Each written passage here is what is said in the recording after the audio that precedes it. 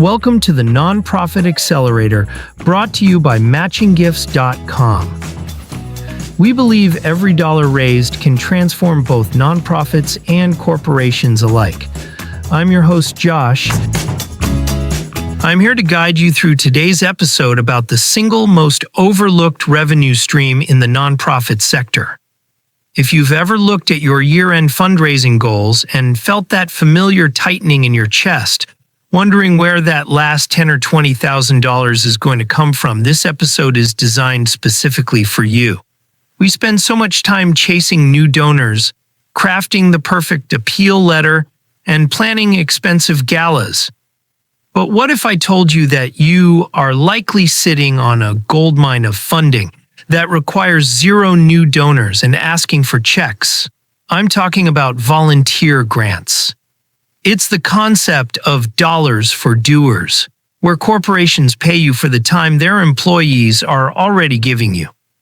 The problem is, most nonprofits treat this as a passive bonus. They get a check, they say thanks, and they move on. Today we are flipping that script. We're going to look at how operationalize volunteer grants specifically for the year-end rush. You're going to learn 3 distinct strategies. How to awaken the sleeping giants in your volunteer base who don't even know they're eligible. How to use the batched request method to secure annual funding in one swoop. And how to leverage technology to eliminate administrative headache. By the end of this podcast, you'll have a blueprint to turn volunteer hours into revenue before December 31st. Let's dive in. Most of us in the nonprofit world know what a volunteer grant is in theory. A company rewards an employee for volunteering by writing a check to the charity. Simple, right? But here is the reality. The vast majority of this money goes unclaimed. It is literally left on the table because of a disconnect between the corporation, the employee, and you, the nonprofit. So how do we fix that gap? How do we turn a passive possibility into an active revenue stream as we close out the year? We need to look at this through 3 strategic lenses. The first strategy is what I call the awareness campaign. The biggest barrier to volunteer grants isn't that companies are stingy, it's that employees are unaware. They don't know the program exists. You have volunteers coming in, doing the work, and going home, completely oblivious to the fact that their HR department has a budget specifically waiting to be deployed for the very thing they just did. You have to be the bridge. You have to educate them. Now, I don't mean just putting a footer in your email that says, check for volunteer grants. That's passive. I mean active education. Think about hosting informational sessions specifically on this topic. As we head toward the end of the year, schedule a webinar or a quick workshop. Call it a Maximize Your Impact session. In that session, you aren't asking for money. You are showing them how to unlock money that isn't theirs. It's their company's. You need to give them concrete examples. For example, don't just say grants are available. Instead, say this.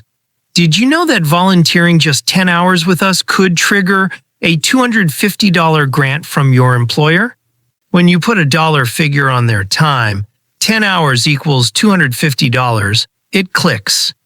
Suddenly they realize their time has a double impact. You should also be looking at your physical and digital collateral. If you have a newsletter going out, or if you have flyers at your volunteer check-in station, this data needs to be front and center. Use that space to showcase success stories like Jane Doe volunteered 20 hours and unlocked $500 for our food pantry. When people see that, they think, wait, I work at the same company as Jane. I can do that too. And don't forget onboarding. If you are bringing in new volunteers for the holiday rush, make volunteer grant awareness a standard part of that orientation. Don't let them start their first shift without knowing that their time could be worth double. Moving on to the second strategy, and this is really the secret weapon for the end of the year. I call this the batched annual request. Here's the scenario. You have volunteers who have been with you since January.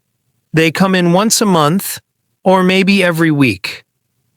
They have racked up dozens of hours, but they haven't logged them in their corporate portal because, let's be honest, logging hours is tedious. It's administrative work. That's why the end of the year is the perfect psychological trigger to get them to do this. This is where the batched request comes in. Many corporate grant programs have annual submission windows that close on December 31st. If those hours aren't submitted, the money is gone. It doesn't roll over. You need to communicate with your existing volunteers right now. Encourage them to look back at their calendar for the entire year, tally up everything, and submit a single batched request for all their 2025 hours at once. This is efficient for them because they only have to log in once. It's efficient for you because you get a surge of grant requests right when you need to hit your budget goals. Now, to make this work, you have to be proactive. For example, send a personalized reminder saying something like, "Hey, we know you've been incredible this year. Please don't let your hours expire. Here's exactly how to submit a batched request." This creates a sense of urgency and reminds them that the window is closing. While you are doing this, you should also be layering in what I call the double dip. This is where you tie volunteer grant marketing in with matching gifts. These two programs, volunteer grants and matching gifts, are siblings. Usually, if a company has one, they have the other. But often we market them in silos. We talk to donors about matching gifts, and we talk to volunteers about, well, usually nothing. Merge those conversations. Create joint marketing materials. If you send an email about year-end giving, include a section on giving time. If you send an email about volunteering, include a section on matching your time with dollars. Another example, host recognition events. If you are having a holiday party for your volunteers, celebrate the people who secured grants. When you highlight a volunteer who earned a grant, you aren't just patting them on the back. You are advertising the program to everyone else in the room. You are showing them that this is a normal, celebrated part of being a supporter of your organization. Now, let's move to the third major strategy. We'll call this the tech and trust protocol. Managing all of this manually is a nightmare. If you are trying to track who works where, how many hours they volunteered, and whether they submitted a request using a spreadsheet, you are going to burn out. Plus, you're going to miss opportunities. You have to utilize the right technology for efficient management. This is non-negotiable if you want to scale. For example, you need software that accurately tracks time. Or you need to know exactly who was there and for how long. But beyond that, you need integration. You want tools that speak to the corporate sector. So look for solutions that integrate with corporate volunteer software. A great example of this is double the donation volunteering. Tools like this streamline the process. They make it easy for the volunteer to log hours, and they make it easy for you to verify them. When you lower the barrier to entry, when you make the user interface friendly and the process quick, you get higher participation. If a volunteer has to print a form, sign it, scan it, and email it, they won't do it. If they can click 3 buttons on their phone, they will. But technology is only half of this pillar. The other half is trust. This is where strengthening corporate partnerships comes into play. You are not just dealing with a faceless HR department. You are dealing with a local business, a community partner. You need to foster that relationship. Engage local businesses directly. Don't wait for the employees to come to you. Go to the company.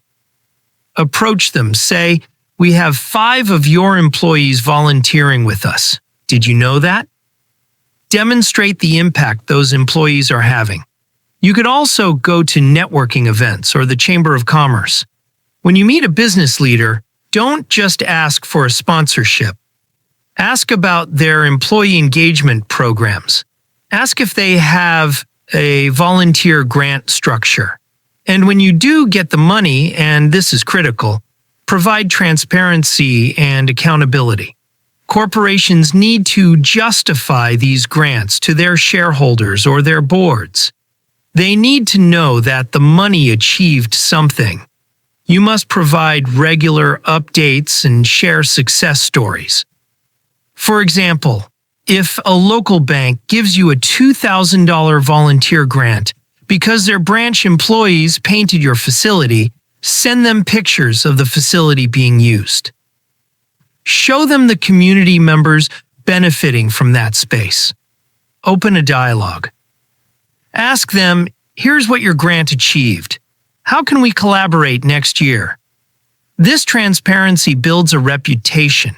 It makes you a safe bet for their CSR dollars. It turns a one-time transaction into a recurring partnership. And finally, under this umbrella of tech and trust, do not underestimate the power of social media to keep this engine running. Social media is your loudspeaker. You should be posting regular updates about your volunteer needs, but also about the impact of volunteer grants. Encourage your volunteers to share their own stories. Ask them to post a selfie while volunteering and tag their employer. Use hashtags like volunteer grant, employee engagement, or end-of-year giving. When a company sees its employees posting about your nonprofit on LinkedIn or Instagram, it validates their investment. It makes them feel good about writing that check. And it attracts other employees from that same company who might be thinking, "Hey, that looks fun. I want to do that." Okay, so we've covered a lot of ground.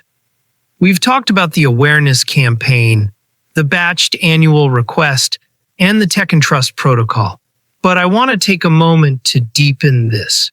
Let's step back from the tactics and talk about the mindset shift that needs to happen here. You might be wondering, why does this matter right now? It matters because the landscape of giving is changing. We are seeing a shift where donors want to be partners. They don't just want to write a check and disappear. They want to be involved. They want to get their hands dirty.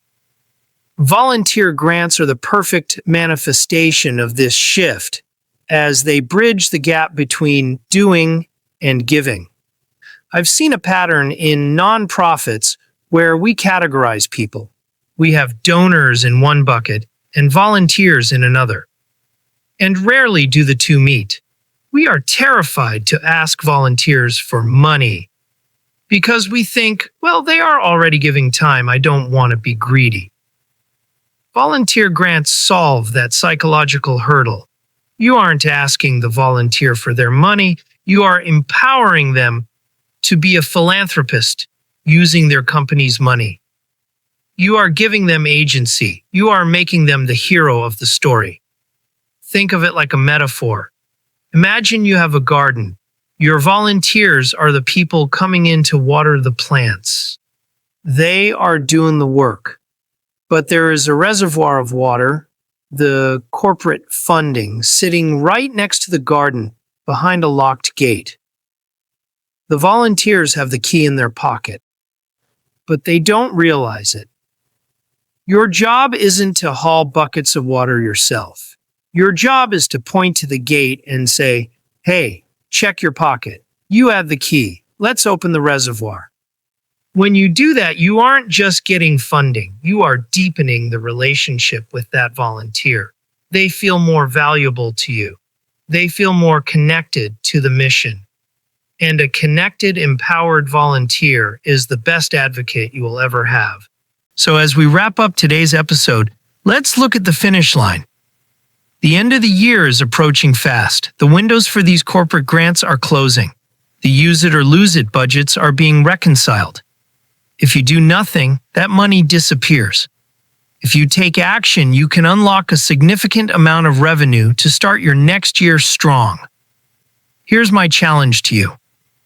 Don't try to do everything we talked about today all at once. Just pick one thing. Maybe this week, you just focus on the batched request email.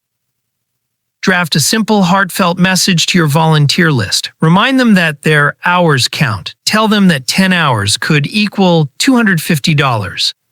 Give them the link to submit. Just send that one email. See what happens. Or maybe you reach out to your top 3 corporate partners and ask for a quick 10-minute meeting to discuss their grant deadlines. Whatever you do, don't let this opportunity pass in silence. Thanks for listening to the Nonprofit Accelerator. Check out matchinggifts.com for more. Go out there and leverage the power of workplace giving. Till next time, I'm Josh. Take care and keep building the foundation for fully utilizing workplace giving.